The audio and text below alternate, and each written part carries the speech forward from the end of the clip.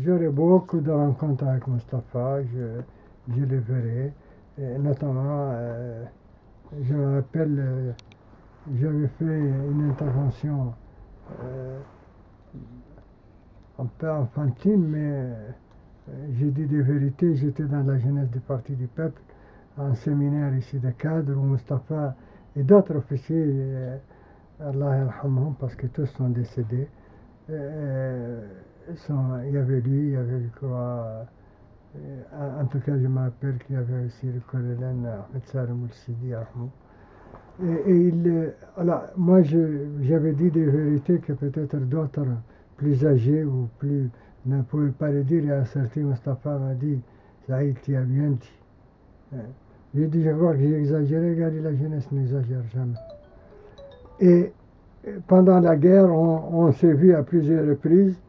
Et je n'étais pas étonné quand il était chef de la région militaire d'Attar, juste avant le coup d'État.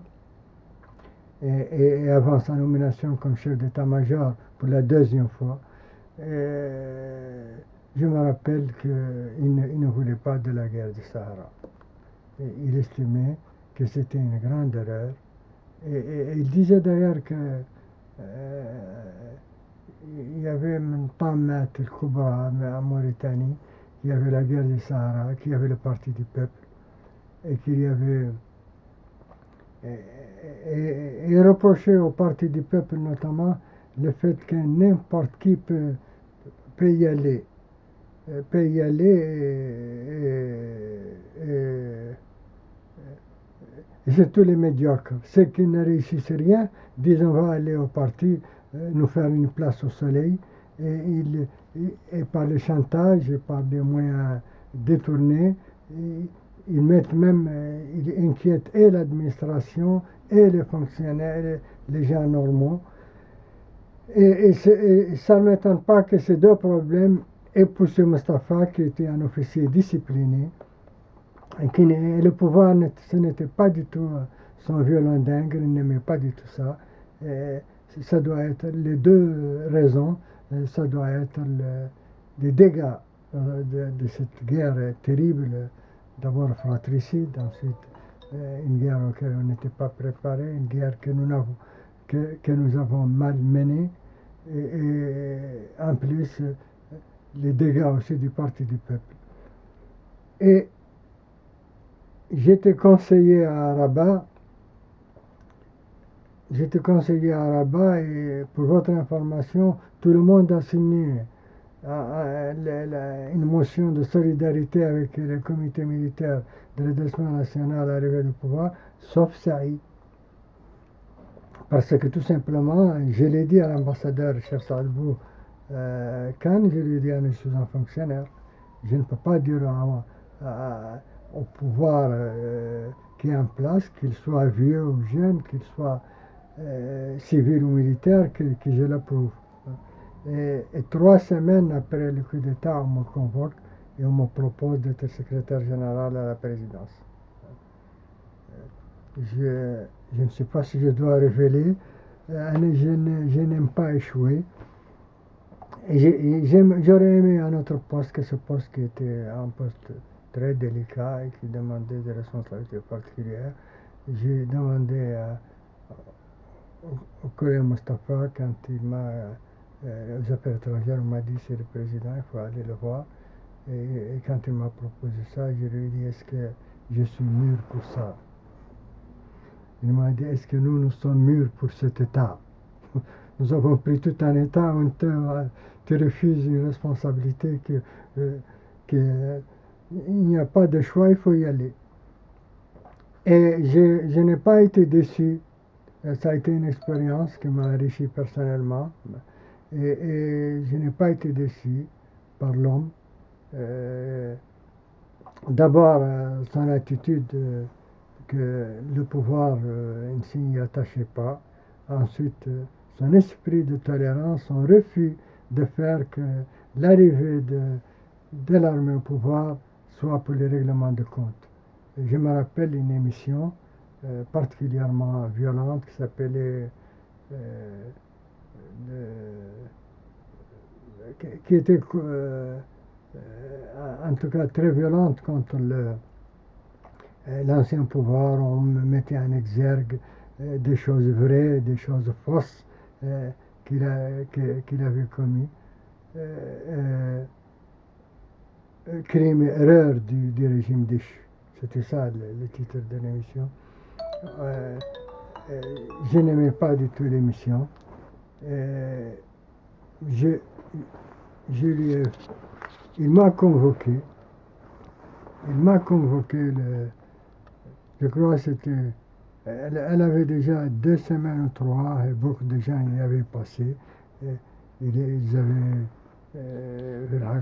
dit des vérités, mais aussi beaucoup de venin, des choses qu'ils avaient sur le cœur pour des raisons subjectives.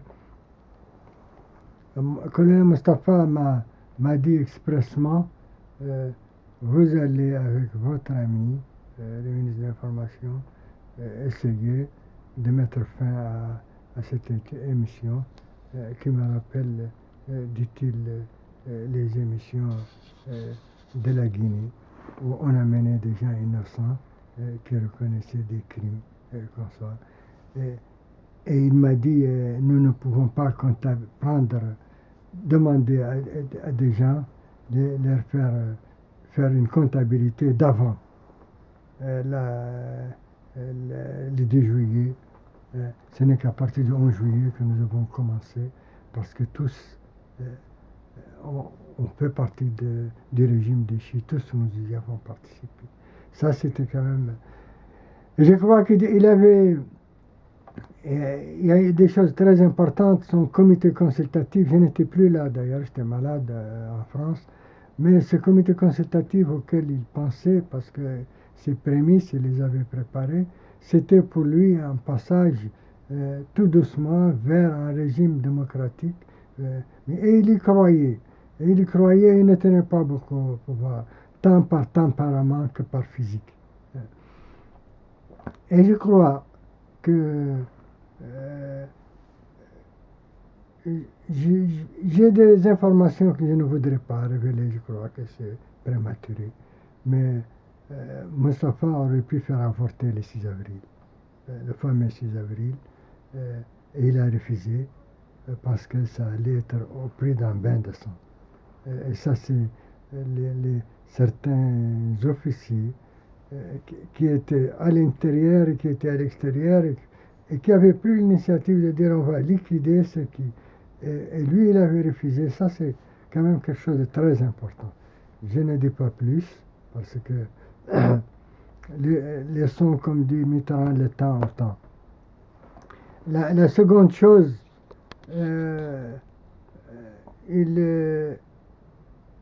on m'a dit on l'a enlevé, on ne l'a jamais enlevé. Mustafa a décidé de partir quand les choses avaient changé, les hommes avaient changé. Il n'était pas d'accord politiquement peut-être avec le colonel Bousseif, mais il y avait des liens particuliers entre d'abord d'âge, ensuite de professionnel, ensuite tribal, ensuite régional, qui faisait qu'il pouvait... Ce n'était pas pour lui un problème que de rester... mais à partir du 1er juillet, il a estimé qu'il ne pouvait pas s'entendre avec ce qui était arrivé, et il est parti la tête haute. Et je peux seulement ajouter que Mustafa était très singulier. D'abord, c'est un homme d'une large expérience, parce qu'il a milité même avant d'être militaire. Il a été à la GM, il a été à la NADA. Ensuite, c'était quand même, je crois que, comme on dit en dans les concours, il n'a jamais été précédé que par son nez. Et il a été major partout où il a été. Et c'est une excellente plume en arabe comme en français. L'homme est un homme aussi extrêmement vertueux comme musulman, pratiquant sérieusement et d'une honnêteté scrupuleuse.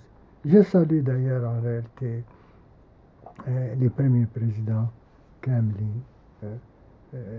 Je les ai connus, je sais qu'aucun d'eux n'était esclave de la matière, et lui particulièrement.